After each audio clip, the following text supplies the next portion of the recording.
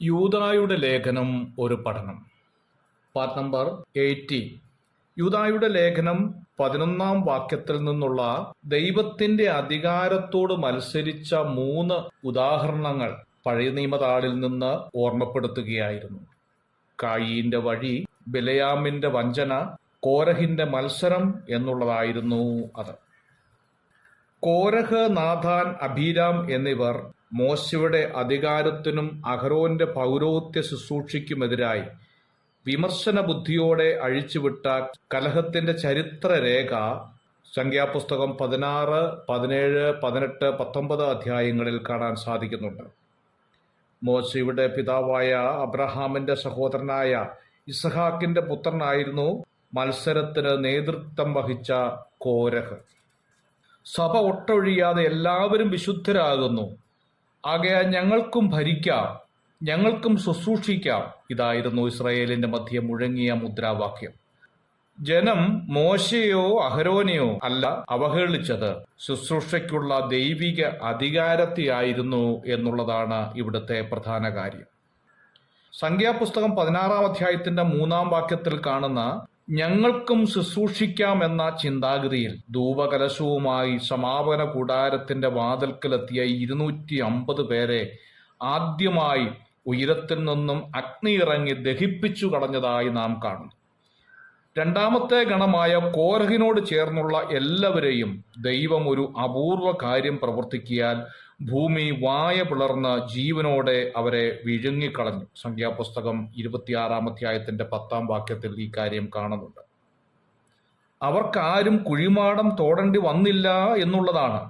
അവരൊരു അടയാളമായി തീർന്നു എന്ന് തിരുവെഴുത്ത് നമ്മെ പഠിപ്പിക്കുകയാണ്.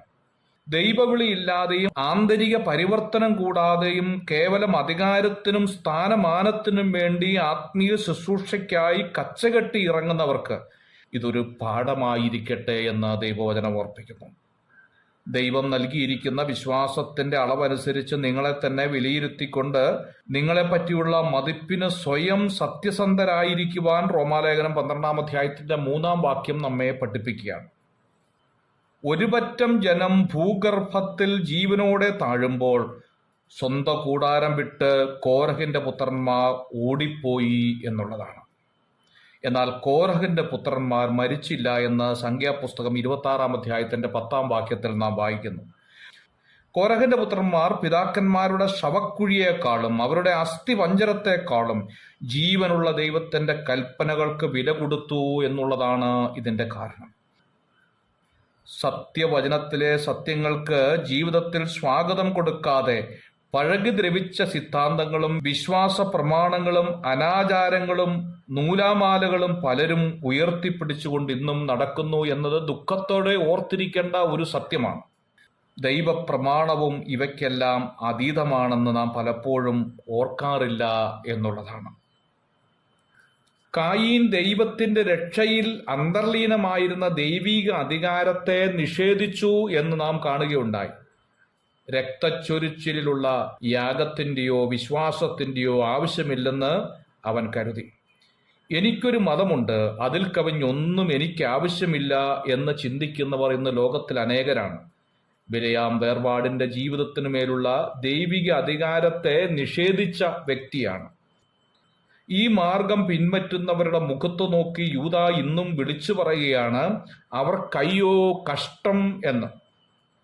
ആധുനിക വിശ്വാസത്യാഗികൾ കായീൻ വെട്ടിയുണ്ടാക്കിയ വിശാല വീതിയിലൂടെ ഇന്നും നടന്നു പോകുകയാണ്. ബിലയാമിനെ പോലെ ദൈവകൃപയെ അന്ധകാര പ്രഭുവിന്റെ മുമ്പിൽ കാഴ്ചവെച്ച് ദ്രവ്യം തേടുന്നവരുമുണ്ട്. കോരഹിന്റെ മത്സരത്തിൽ പങ്കുചേർന്ന് ദൈവം പരമേൽപ്പിച്ചിട്ടില്ലാത്ത അധികാരവും ശുശ്രൂഷയും കാംക്ഷിച്ച് സ്വയം നശിച്ചു പോകുന്നവർ ആത്മീയ ലോകത്ത് അനുദിനം വർദ്ധിച്ചുകൊണ്ടിരിക്കുകയാണ്. സംഭവങ്ങളെ അനുദിനം വീക്ഷിച്ചുകൊണ്ടിരിക്കുന്ന നമുക്ക് ദൈവിക കരങ്ങളിൽ അമർന്നിരുന്ന് ദൈവത്തെ ഭയപ്പെട്ട് ദൈവത്തിന് പ്രസാദകരമായ ജീവിതം കഴിപ്പാൻ ശ്രമിക്കാം. കർത്താവ് അതിനായി നമ്മെ സഹായിക്കട്ടെ. God bless you.